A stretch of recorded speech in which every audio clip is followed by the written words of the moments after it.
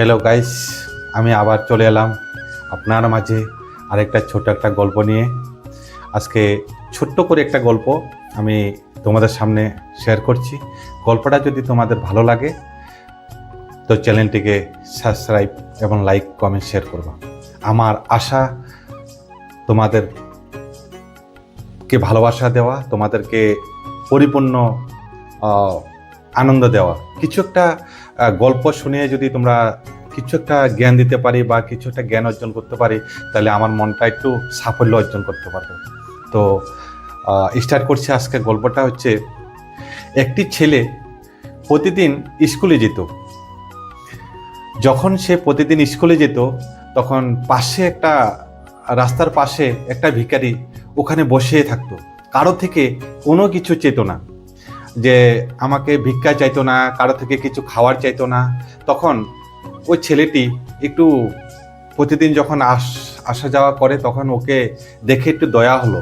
তখন ওর পকেটে ছিল শুধুমাত্র 1টি টাকা।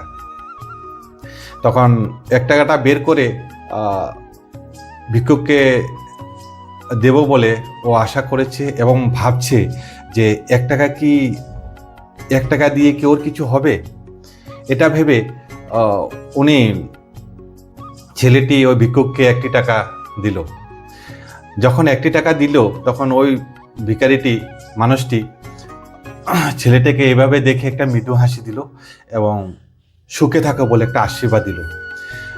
আর ওই হাসিটা দেখে ছেলেটা ভাবলো যে আমার আজকের দিনটা অনেক ভালো যাবে।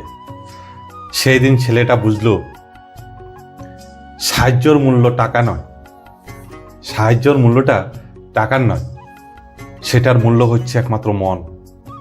1 টাকার মধ্যে লুকিয়ে থাকতে পারে, 1টি টাকার মধ্যেও লুকিয়ে থাকতে পারে অশেষ ভালোবাসার ধন। তো বন্ধুরা, আমার ভিডিওটা তোমাদের কেমন লাগলো, গল্পটা শুনে তোমার কেমন লাগলো, একটি লাইক কমেন্ট করে জানাবে, যাতে আমি তোমাদের কমেন্ট দেখে আরেকটা ভিডিও, সুন্দর একটা কাহিনী নিয়ে তোমাদের সামনে আসতে পারি। রাধে রাধে।